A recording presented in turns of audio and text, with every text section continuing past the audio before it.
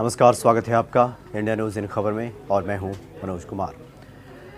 FTF की बैठक में पाकिस्तान पूरी तरह से अकेला पड़ गया है, अलग थलग पड़ गया है और बहुत संभव है कि उसे ब्लैकलिस्ट कर दिया जाए, ब्लैकलिस्ट सूची में डाल दिया जाए।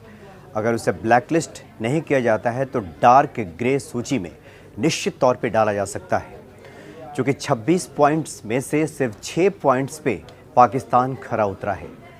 चूँकि अधिकांश सदस्यों ने माना है कि पाकिस्तान ने आतंकियों के खिलाफ कार्रवाई नहीं की है, बल्कि उल्टे उन्हें आर्थिक तौर पे मदद पहुंचाया है, मनी लॉन्ड्रिंग की है। इस तरह का आरोप पाकिस्तान पे लगा है और अधिकांश सदस्यों ने इस बात को कबूल किया है। हालांकि पिछले साल ही यानी 2018 में पाकिस्तान को ग्रे सूची में डाला गया था और उसके बाद इस साल बहुत संभव है कि उसे ब्लैकलिस्ट किया जाए या फिर कम से कम डार्क ग्रे सूची में उसे निश्चित तौर पे डाला जाएगा। क्योंकि डार्क ग्रे सूची इस बात की चेतावनी देना होता है कि पाकिस्तान अब भी सुधर जाए, नहीं तो फिर अगला कदम उसे ब्लैकलिस्ट करने का होगा। तो ये बैठक चल रही है एफटीएफ की बैठक में। हालांकि कुछ अधिकारियों ने इस बात की जानकारी दी है, कुछ संकेत दिया है। हालांकि जो पूरा फैसला है वो तो 18 अक्टूबर को आएगा कि पाकिस्तान को लेकर एफटीएफ की बैठक में क्या फैसला होता है। लेकिन जो संकेत मिले हैं उसके मुताबिक पाकिस्तान आतंक के खिलाफ पर्याप्त कार्रवाई न करने की वजह से सभी सदस्यों द्वारा अलग थलग पड़ गया है। सिर्फ जैसा कि मैंने जिक्र किया 27 पॉइंट्स में से सिर्फ 6 पॉइंट पे खरा उतरा है।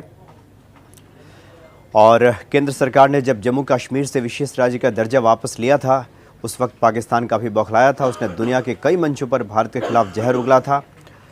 उसके नेता एफटीएफ पर समर्थन जुटाने में भी लगे हुए थे, लेकिन इसका कोई फ़ायदा पाकिस्तान को नहीं मिला। और यदि पाकिस्तान को ब्लैकलिस्ट किया जाता है तो उसकी पहले से ही बदहाल अर्थव्यवस्था पूरी तरह से धराशायी हो जाएगी।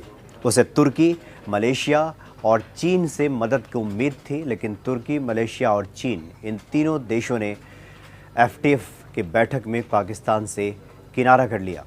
यानी पाकिस्तान का किसी भी देश ने साथ नहीं दिया। हर देश ने माना है कि पाकिस्तान आतंकियों को फंडिंग करता है, मनी लॉन्ड्रिंग करता है और आतंकियों के खिलाफ कोई कार्रवाई नहीं करता, सिर्फ वो दिखावा करता है, एक नाटक करता है। ये सभी सदस्यों ने एक सुर में माना है। और एफटीएफ के नियमानुसार ग्रे और ब्लैक लिस्ट के बीच डार्क ग्रे श्रेणी आता है। तो ग्रे सूची में तो उसे पिछले साल ही डाल दिया गया था पाकिस्तान को, और इस बार ब्लैक लिस्ट और ग्रे के बीच में डार्क ग्रे सूची। ये चेतावनी है कि पाकिस्तान अब भी सुधर जाए, उसे आखिरी मौका दिया जा रहा है। और अगर वो नहीं सुधरता है, आतंकियों के खिलाफ कार्रवाई नहीं करता, फंडिंग नहीं रोकता, तो अगला कदम जो होगा वो उसे ब्लैकलिस्ट करने का होगा।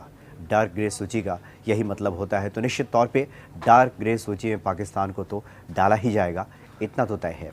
तो ये जानकारी मिली है। और जो एफटीएफ है यानी फाइनेंशियल एक्शन टास्क फोर्स, यह एक अंतर सरकारी निकाय है।